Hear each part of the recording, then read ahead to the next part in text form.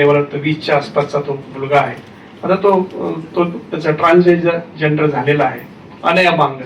आणि त्या अनुषंगाने एकदा मी त्याची क्लिप ऐकत होतो आणि मग त्या सगळ्या कसे कसे बदल झाले, हार्मोन्स कसे चेंज झाले, मला काय काय अडचणी आल्या, कोण कसं काय बोललं, अशा अनेक गोष्टी त्या निमित्ताने मी ऐकलो.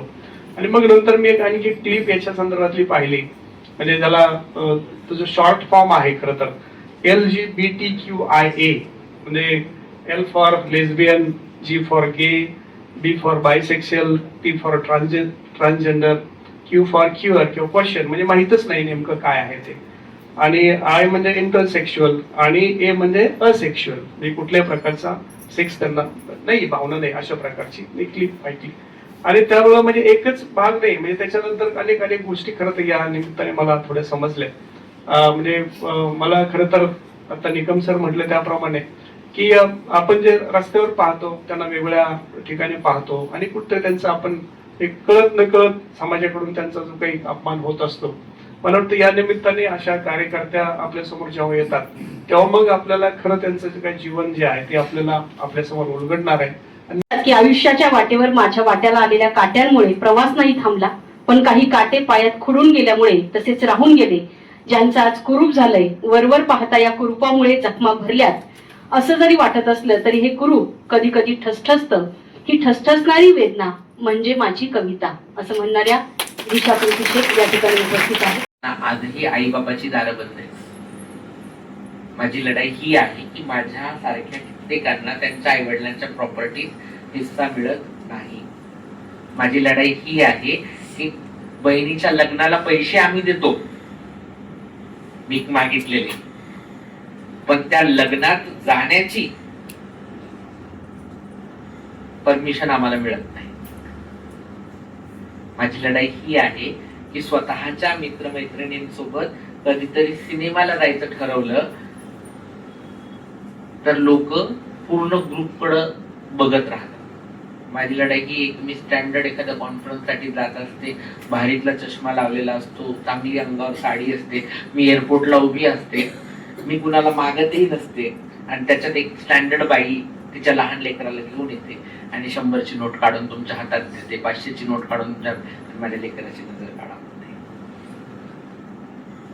मी शॉपिंग मॉल मध्ये स्वतः शॉपिंगला गेलेले असते, तिथं एक नवीन कपल शॉपिंगला आलेलं ते तर पाया पडतात, आई आशीर्वाद द्या. अरे मैं ऑन ड्यूटी नहीं हूँ भाई, मैं 24 तास थोड़ी ना ड्यूटी करती हूँ. जब मंगनी जाऊंगी तब आ जाओ, मी इथे शॉपिंगला आली, माझी पर्सनल स्पेस आहे. माझी ही सगळी लढाई, मला शिकायचंय, पण कॉलेजेस मध्ये कॅम्पस सेन्सिटिव्ह वाटत नाही, स्कॉलरशिप मिळत नाही. माझा एक चेला आहे, रस नाही, कारण की त्याला फक्त भाषण वाटेल. आणि मी आता दोघा तिघांना जांभई देताना पाहिले, मी स्वतः पण लवकर उठून आलेली आहे, त्याच्यामुळे मी झोपणार नाही आणि तुम्हाला झोपू देणार नाही याची खात्री घ्यावी लागणार आहे मला. तर सगळ्यात पहिले तर मला इथे बोलवलं, रिक्स हे खूप कमी शिक्षक येतात, त्यांना ठराविक ठोकताळे ढाच्यातनं बाहेर काढून विचार करण्यास भाग पाडण्यास खूप कमी शिक्षक आता उरले जे मेहनत घेत आहेत त्या गोष्टीवर. नाहीतर आपण सगळे तबेल्यातले घोडे होत चाललोत, जे झापडं टाकून समोर फक्त पळतायत. मार ज्याच्यामध्ये आधी आपण स्वतःला ओळखलं, मग आपल्याला स्वतःला जेंडर कळपामध्ये डिफाईन केलं, मग कळपाला एरियामध्ये डिफाईन केलं, मग एरियाला देश असं नाव दिलं, आणि मग त्या देशाच्या अंतर्गत कामावरनं जाती केल्या, वर्णावरनं जाती केल्या, रंगावरनं धर्म, तर वेगवेगळ्या गोष्टी आपण स्वतःला डिवाइड करून करून आपले पार्टिशन्स बनवले. त्याच्यानंतर छोटीशी खोली बनवली, त्याला आपण कुटुंब म्हणलो, म्हणजे वसुदेव कुटुंबकपासून माझं कुटुंब इथपर्यंत आपण सगळे आता विचार करतो. आणि या सगळ्यामध्ये मी आता तुम्हाला माझा प्रवास वगैरे काहीतरी म्हटलं की तरुण मुलं जी आज मुलं मुली आहेत, उद्याच्याला आईबाप होणार आहेत, उद्याच्याला कलिग होणार आहेत, उद्याच्याला कुठल्या तरी सोसायटीत त्यांचं स्वतःचं घर असणार आहे, आणि यांची ऍडव्होकेसी करावी. कारण की उद्या त्यांच्या शेजारी एखादा हिजडा राहायला आला तर ते लोक कधीतरी त्यांनी हिजड्याची गोष्ट ऐकलेली असणार, कधीतरी त्यांच्या पोटी हिजडा आला तर ते तेवढे सेन्सिटिव्ह होतील की नाही नाही त्यांनी हिजड्याची गोष्ट ऐकलेली असणार. ती कलिग असतील तर त्यांच्या शाळा कॉलेजेस किंवा कुठल्या कामाच्या ठिकाणी एखादा हिजडा नोकरीला आला तर ते त्यांनी हिजड्याची गोष्ट आधी ऐकलेली असणार. फक्त एवढा सिंपल अजेंडा घेऊन मी तुमच्या समोर बनवण्याचं स्वप्न ज्या महिलेनं पाहिलं त्या राजमाताची जाऊ. म्हणजे म्हणतात ना की स्वराज्य हे कुठल्या स्त्रीची नाही, मी म्हणते म्हणजे आम्ही ऐकलेले आमच्या गुरुजनांकडनं की स्त्रीची नाही तर स्त्रीची इच्छा होती. स्वराज्य ही स्त्रीची नाही तर स्त्रीची इच्छा होती, म्हणून जिजाऊंनी शिवरायांना घडवलं.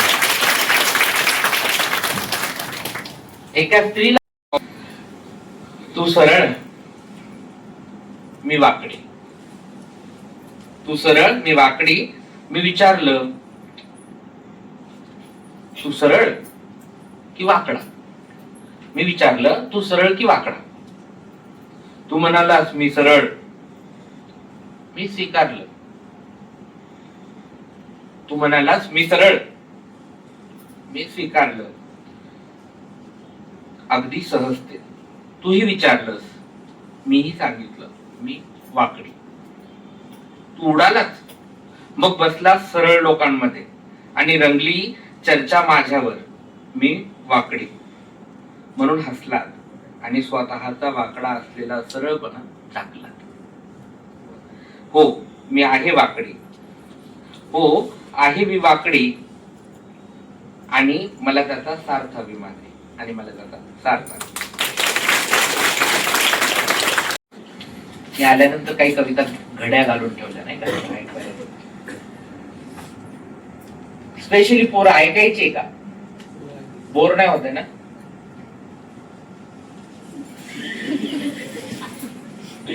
हा मध्ये मध्ये जरासं आज त्याला त्याच्या आईकडे जायचं होतं, आज त्याला त्याच्या आईकडे जायचं होतं म्हणून सकाळी लवकर उठून तिने आंघोळ केली. आईंना आवडते म्हणून रात्रीच पूर्णाची सारी तयारी करून ठेवली होती.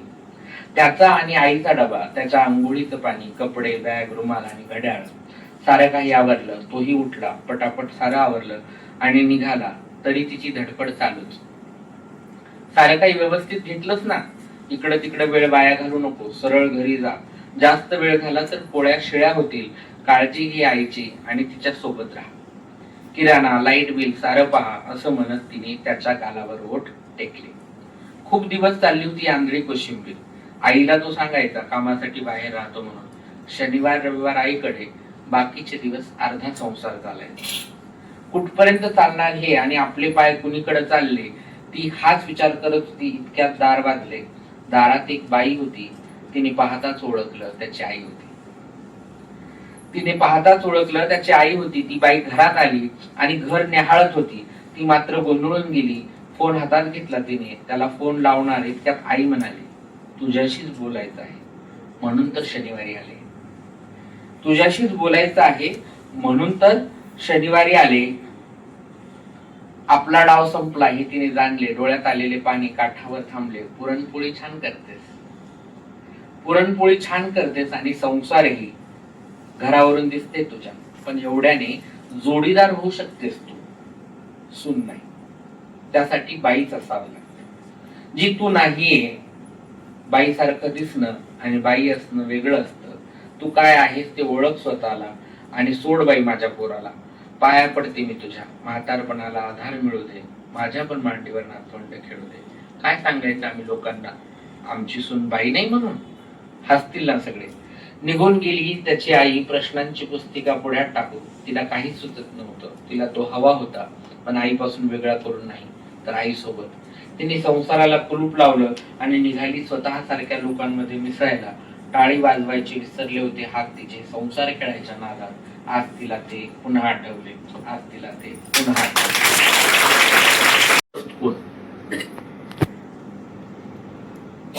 पुरुष हा ना, मर्दांनी पहिली, नंतर बायका दोन, आणि मी त्यांच्या खाली. म्हणजे जात व्यवस्था जर बघितली तुम्ही तर ब्राह्मण, वैश्य, ब्राह्मण, क्षत्रिय, वैश्य, शूद्र, शूद्राती शूद्र नारी, आणि नारीपेक्षाही शूद्र आम्ही या जात वर्ण व्यवस्थेमध्ये.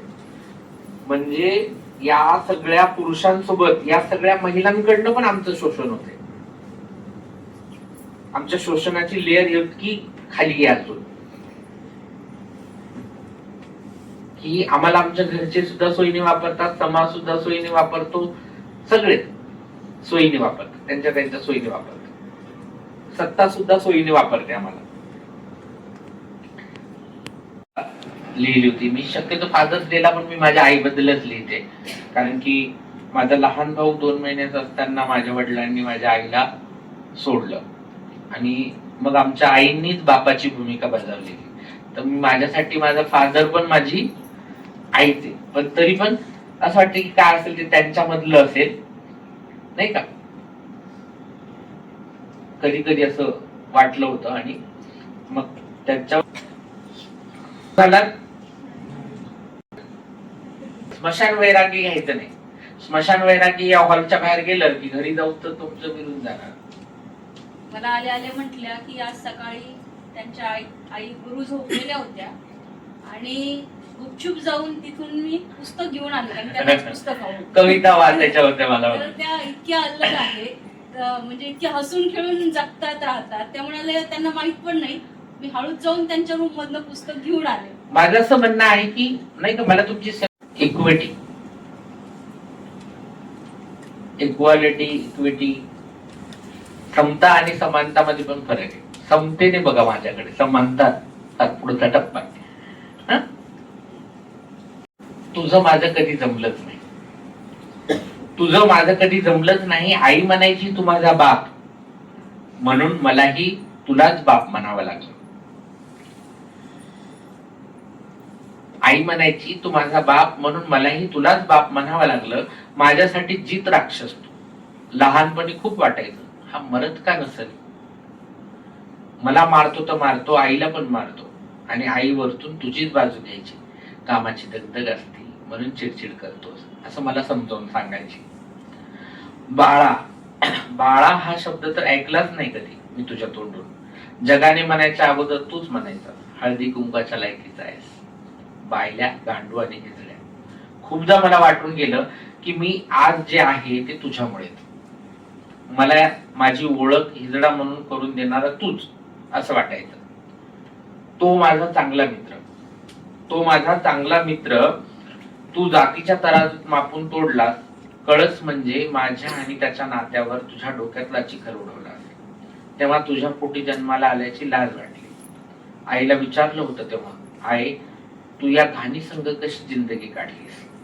तुझ्या विषयीच्या घृणेचा स्फोट झाला आणि मी घरातून बाहेर पडले.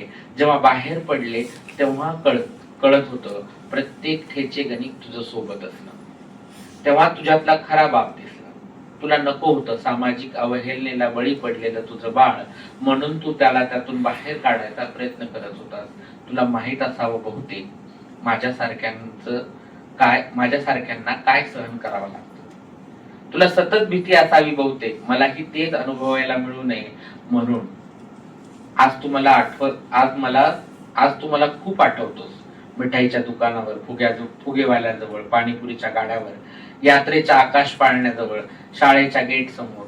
टिफिन बॉक्स साठी रडवणारा तू लक्षात राहिलास, पण 3 दिवसांनी सगळ्यात महागडा टिफिन बॉक्स आणून देणारा तू माझ्या लक्षात नाही राहिलास.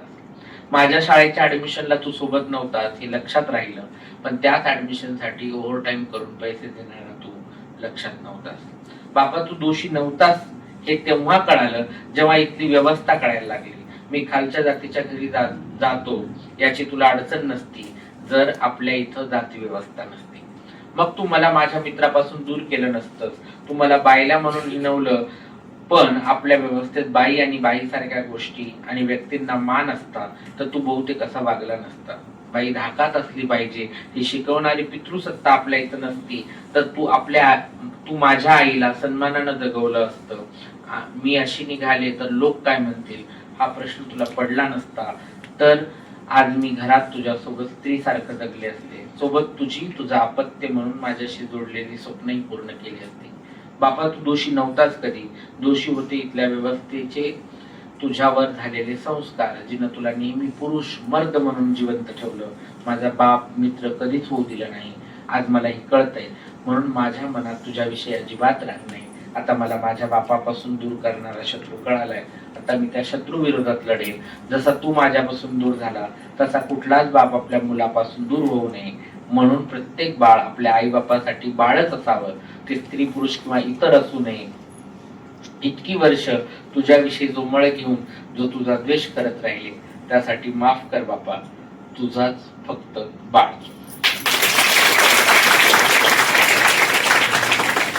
दिलेल्या रुपयाने तुम्हाला बरकत येणार असेल, माझ्या रुपया चावून दिल्याने जर तुम्हाला बरकत येणार असेल तर तो रुपया मी या देशाच्या गव्हर्नरला देईल, म्हणजे भारताचा GDP सुधरेल. रात्री तो उभ्याने नेतात, चपलेने मारतात, असलं काय नसते. ही सगळी फालतूगिरी आहे. ही म्हशीची शिंग आहे. तुमच्या मनात आमच्या विषयीची भीती कायम राहावी म्हणून, कारण की ती भीती आहे म्हणून आम्ही अजून सुरक्षित आहोत. ती भीती संपली तर तुम्ही आम्हाला फाडून खा. जसं तुम्ही मुलींना, छोट्या छोट्या मुलींना, म्हाताऱ्या बायकांना पण सोडा. तिसरं असं की आम्ही राहतो त्या घरामध्ये किचन आहे, आम्ही स्वतः स्वयंपाक करतो, खातो, एकदम व्यवस्थित. तुमच्या इतका छान स्वयंपाक मला पण जमतो. आणि असं सगळे बेसिक 3 प्रश्न सगळ्यांकडे येतात. बाकी याच्या व्यतिरिक्त अत्यंत महत्वाचं आहे. आणि इथं माणसांनी वाईट टाकलेली माणसं म्हणजे आम्ही आहोत असं दिशाताई म्हणतात. आम्ही जर मुख्य प्रवाहात आलो तर पितृसत्ताक धोरणांना धक्का लागतो आणि आम्हाला देवळात त्यामुळे बांधून ठेवतात. आमचे आशीर्वाद चालतात पण आम्ही चालत नाही. तेव्हा रडक्या दिशापासून खंबीर दिशापर्यंतचा हा जो प्रवास आहे स्वच्या शोधात, माझा टास होता की दिशाताईंना आपल्या सगळ्यांना ऐकवायचंय. इव्हन मी सुद्धा पहिल्यांदा ऐकते, म्हणजे युट्यूबला वगैरे ऐकलं, पण प्रत्यक्ष आज त्यांना भेटले, गेले 8-10 दिवस त्यांच्याशी बोलते मी, तर एक वेगळा प्रवास आपण ऐकलेला आहे. आणि या सभागृहाला एक दिशा देण्याचं काम आज नक्कीच झालेलं आहे. कुणाच्याही मनात कुठलाही हेतू नाही, कुठलाही वाईट हेतू नाही. आणि आता इथून पुढे तरी आम्ही अशा प्रसंगांमध्ये खूप सिरियसली आणि चांगल्या पद्धतीने सामोरं जाऊ एवढा विश्वास आमच्या या सभागृहात बसलेल्या विद्यार्थ्यांमध्ये आलेला आहे. कारण असं महाविद्यालयाच्या इतिहासात कधीही व्याख्यान झालं नाही. माणसातला माणूस पण जागं झालं. धन्यवाद. बस. दिशाताई, खरं तर आजच्या व्याख्यानामुळे आम्हाला सर्वांना रडवलंय तुम्ही. आम्हाला प्रश्न पडायचा की तुम्हाला म्हणजे नेमकं बोलायचं काय, फिमेल म्हणून तुम्हाला हाक मारायची काय मेल म्हणून, आणि हे तुम्ही सगळं उलगडा केलाय. तुमचं नाव दिशा कसं पडलं हे पण तुम्ही सांगितलं. तर तुम्ही आता जनतेला काय आवाहन कराल हे सगळ्या परिस्थितीमध्ये? मला असं वाटतं की मी आव्हान नाही करणार, मला संवाद करायचा आहे लोकांसोबत. माझ्यासारख्या किंवा इतर जेंडर आयडेंटिटी सोबत या देशात जी लोक आहेत त्या सगळ्यांचा आपण आदरच केला पाहिजे. त्यांच्या मानवी हक्कांचं कुठेही उल्लंघन होणार नाही याची जबाबदारी ही बहुसंख्याकांची आहे. कारण की हा देश लोकशाहीने चालतो आणि प्रत्येकाला आपलं अभिव्यक्ती स्वातंत्र्य आहे, स्वतःच्या जोडीदार निवडीचा अधिकार आहे, स्वतःच्या लिंगभावाच्या ओळखीचा सुद्धा इथला देशाचं संविधान त्यांना अधिकार देतं. तर नालसा जजमेंट 2014ला आलं आणि त्यांनी भारतातील प्रत्येक नागरिकाला स्वतःची जेंडर आयडेंटिटी फिक्स करण्याचा अधिकार दिला. तर त्याच्यामुळे आपण सगळ्या जेंडर आयडेंटिटीचा आदर केला पाहिजे आणि त्यांना स्वीकारलं पाहिजे समाजाचा भाग म्हणून. एवढंच फक्त. शिरूरच्या सिटी बोरा महाविद्यालयात हा कार्यक्रम आयोजित केलाय, तर बरेच विद्यार्थी या ठिकाणी होते, तर त्यांना बरंच या ठिकाणी शिकायला मिळाले. काय अनुभव तुम्हाला इथला? मला स्वतःला यंग जनरेशन सोबत बोलताना मी फार होपफुल असते. तरुणांसोबत मैत्री ही तुम्हाला तरुण ठेवते, म्हातारं करत नाही. त्याच्यामुळं कॉलेज आणि शाळा कॉलेजेसमध्ये जाऊन मुलांसोबत बोलायला मला फार आवडतं. आणि इथला रिस्पॉन्स खूप चांगला होता. अगदी गच्च हॉलमध्ये बसायला जागा नव्हती, इतकी सगळी मुलं मुली ऐकत होती आणि सगळ्यांनी खूप उत्स्फूर्त असा प्रतिसाद दिला. नक्कीच यातनं त्यांच्या मनामध्ये कम्युनिटीच्या संदर्भात असलेल्या काही समज गैरसमज दूर होतील ह्या अपेक्षेसह मला असं वाटतं की मी थांबावं, जेणेकरून लोकांना याचा काहीतरी फायदा झाला असेल, कम्युनिटीबद्दल माहिती झाली असेल आणि त्याचा संवेदनशीलपणे विचार करतील.